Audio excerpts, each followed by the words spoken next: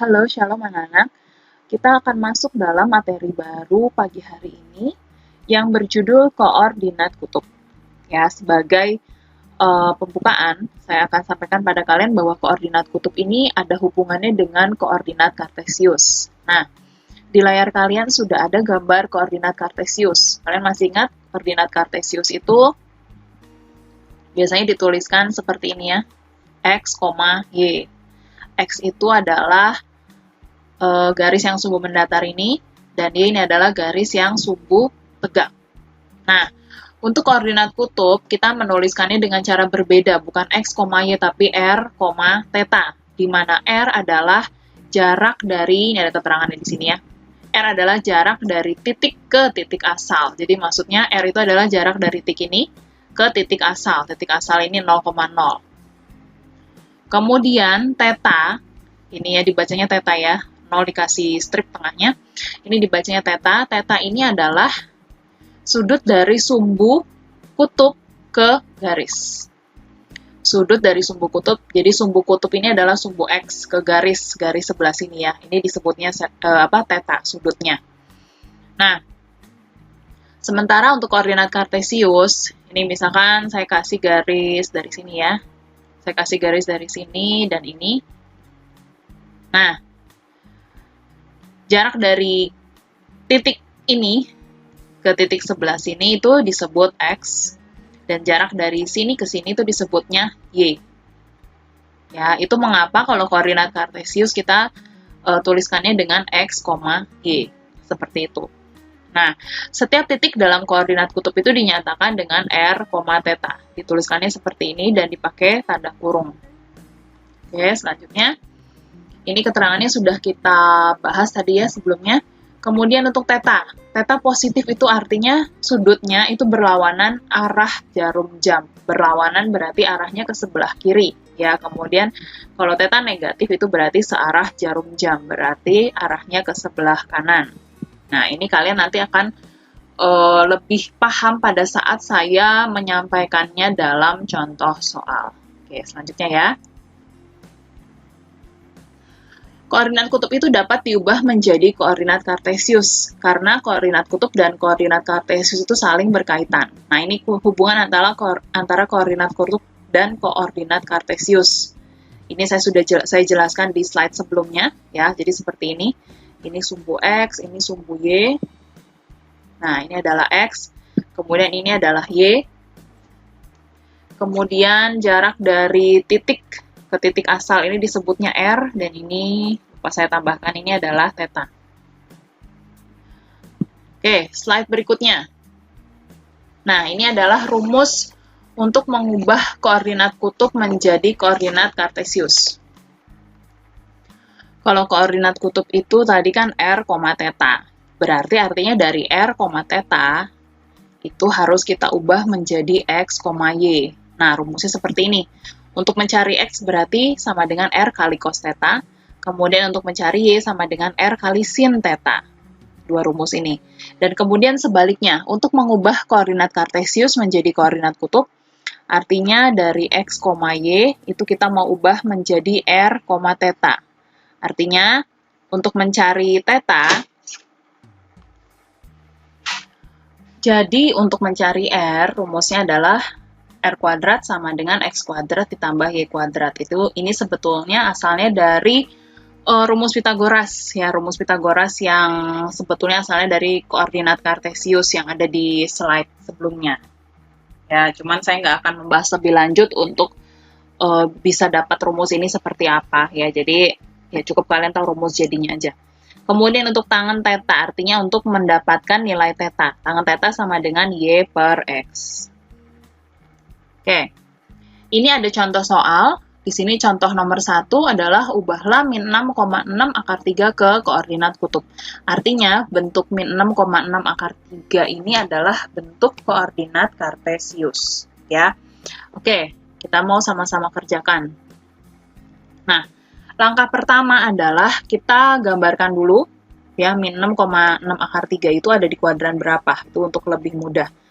Ya, saya ingatkan lagi ya, ini kuadran 1, ini kuadran 2, ini kuadran 3, dan ini kuadran 4. Nah, sekarang kita mau tentukan min 6,6 akar 3 itu ada di kuadran 1, 2, 3, atau 4. Karena nanti hubungannya dengan sudut atau tetanya ya. Nah, ini berarti X, ini Y-nya. Nah, X-nya negatif, kemudian Y-nya positif. Kalau min 6 berarti kan hasilnya itu ada di sebelah sini ya.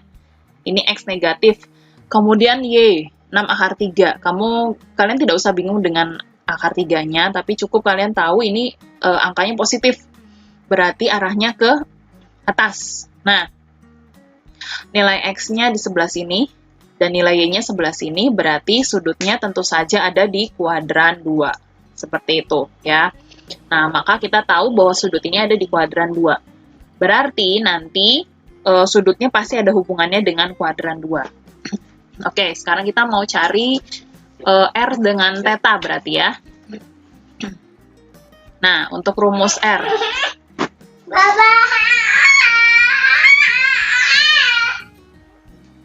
Ya.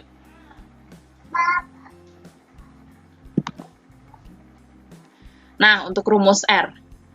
R itu berarti kita pakai rumus Pitagoras ya. R kuadrat sama dengan X kuadrat tambah Y kuadrat.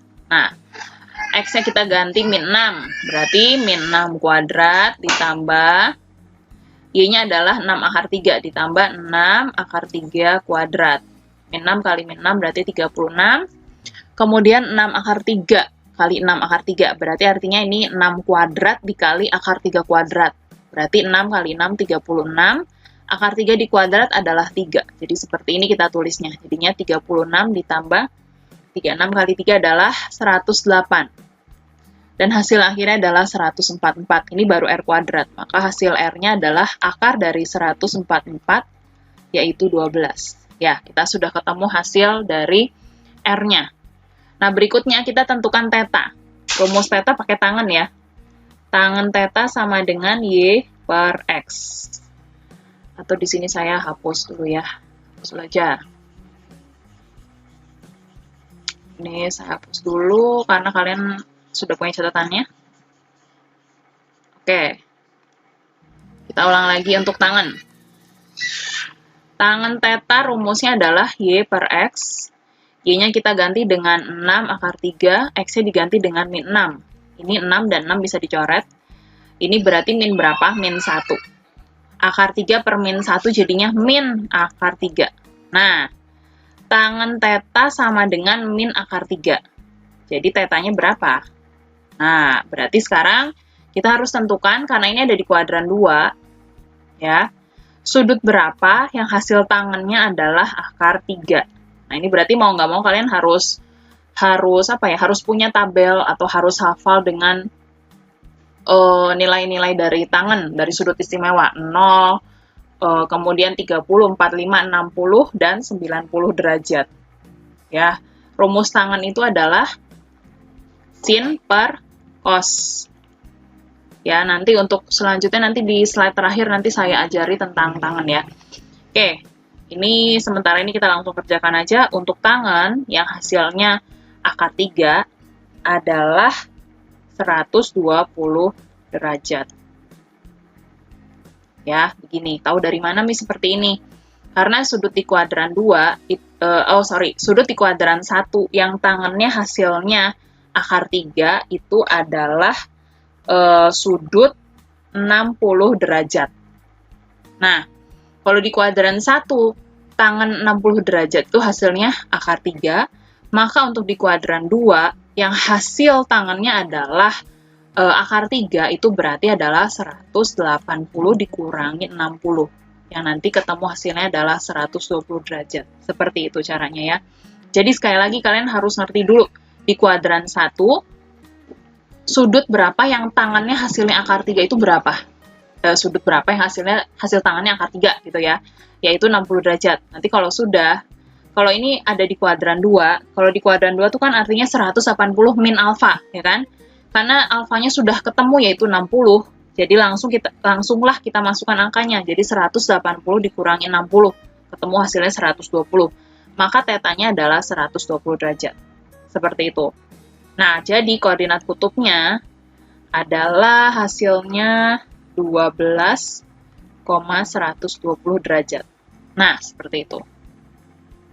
Ya, sekali lagi nanti di slide terakhir setelah contoh kedua saya akan sampaikan kepada kalian nilai-nilai tangen ya, supaya kalian lebih paham. Oke, yuk sekarang.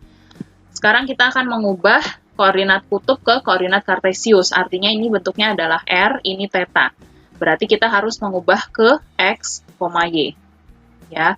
Nah, seperti di contoh soal nomor 1, ini kita gambarkan dulu lebih gampangnya. Ini kuadran 1, kuadran 2, kuadran 3, dan kuadran 4. Oke? Nah, ini R-nya berarti 3. Ya, R itu adalah jarak dari titik ke titik pusat itu 3. Nah, ini belum bisa kita tentukan itu ada di kuadran 1, 2, 3, atau 4. Nah, tapi kita bisa lihat dari sini. Tetanya adalah minus 45 derajat. Artinya kalau sudut negatif itu ada di kuadran 4. Begitu ya, sudut negatif itu di slide pertama nih saya ingatkan kalian lagi. Sudut negatif itu berarti searah jarum jam. Ini ya. Karena ini negatif 45, ini hubungannya dengan sudut berelasi ya. Kan 0 derajat ada di sebelah sini. Kalau sudutnya negatif berarti pasti ada di kuadran 4. Begini. Nah, ini. Berarti ini kalau saya hapus kuadrannya, kemudian ini saya gambarkan seperti ini. Ya, maaf kurang lurus. Nah, ini berarti adalah titik P-nya dengan R, theta adalah 3, min 45 derajat. Nah, tetanya adalah di sebelah sini. Ya, karena theta itu adalah jarak dari sumbu kutub. Sorry. Bukan jarak ya, sudut dari sumbu kutub ke garis. Jarak dari sumbu kutub ke garis ini. Ini adalah tetanya. Nah, gini. Oke, sekarang kita mau tentukan X-nya. X itu adalah R kali cos theta. R-nya tadi adalah 3. 3 kali cos min 45. Cos min 45. Di kuadran 4, nilai yang positif itu adalah cosinus, berarti cos min 45 itu pasti nanti hasilnya positif. Berarti 3 dikali cos 45 langsung ya. Cos 45 adalah setengah akar 2. Jadi hasilnya adalah 3/2 akar 2. Nih, oke. Kemudian untuk Y, rumusnya adalah R dikali sin theta. Berarti 3 ya. 3 dikali sin min 45. Sin di kuadran 4 nilainya berarti tetap negatif ya. Nah, berarti ini nanti hasilnya tetap 3 dikali min sin 45. Sin 45 adalah setengah akar 2. Setengah akar 2. Jadi jawabannya min 3/2 akar 2. Nah, sehingga koordinat kartesiusnya menjadi 3/2 akar 2, min 3/2 akar 2. Nah, seperti ini caranya. Oke, itu 2 contoh yang sudah saya sharekan kepada kalian. Oke, untuk selanjutnya, ini adalah bagan tangan ya. Oke, ini saya buat sudut istimewanya dulu. 0, 30, 45, 60, 90. Ini ya. Kemudian ini adalah sin, ini adalah cos, ini adalah tan. Diingat-ingat bahwa nilai tangen itu adalah sin per cos. Ya, kecoret apa ya. Sin 0, pakai yang jari tangan itu ya. Yang ini kan sudut istimewa, berarti ini apa? 0, setengah akar 2, setengah akar 3, terus ini adalah 1. Kemudian untuk cos kebalikan. 0, setengah, jadi kalau pakai tabel seperti ini. Setengah akar 2, setengah akar 3, kemudian ini 1. Seperti itu. Tangan 0, berarti 0 bagi 1 adalah 0 ya. 0 bagi 1, 0. Setengah dibagi setengah akar 3. Nih, kalian perhatikan. Setengah dibagi setengah akar 3. Berarti kan 1 per akar 3. Ini ya. 1 per akar 3 ini sama aja dengan 1/3 akar 3. Ini sebetulnya ada hubungannya dengan merasionalkan penyebut. Nah, sementara saya tulis saja dulu seperti itu. 1/3 akar 3. Kemudian yang 45, sin per cos setengah akar 2 dibagi setengah akar 2 pasti 1, karena angkanya sama. Kemudian 60 setengah akar 3 dibagi setengah. Pasti setengah sama setengahnya hilang ya, jadinya akar 3. Kemudian tangan 90 adalah 1 dibagi 0 adalah tak terdefinisi. Nah, inilah tabel sin, cos, dan tangen. Silahkan kalau kalian mau mengerjakan, kalian buat dulu seperti ini. Untuk sin dari atas ke bawah ya, 0, setengah, setengah akar 2, setengah akar 3, terus 1. Untuk cos itu dari bawah ke atas. Mulai dari 0 juga, 0, setengah, setengah akar 2, setengah akar 3, kemudian 1. Dan tangan adalah pembagian dari sin dibagi cos. Gitu.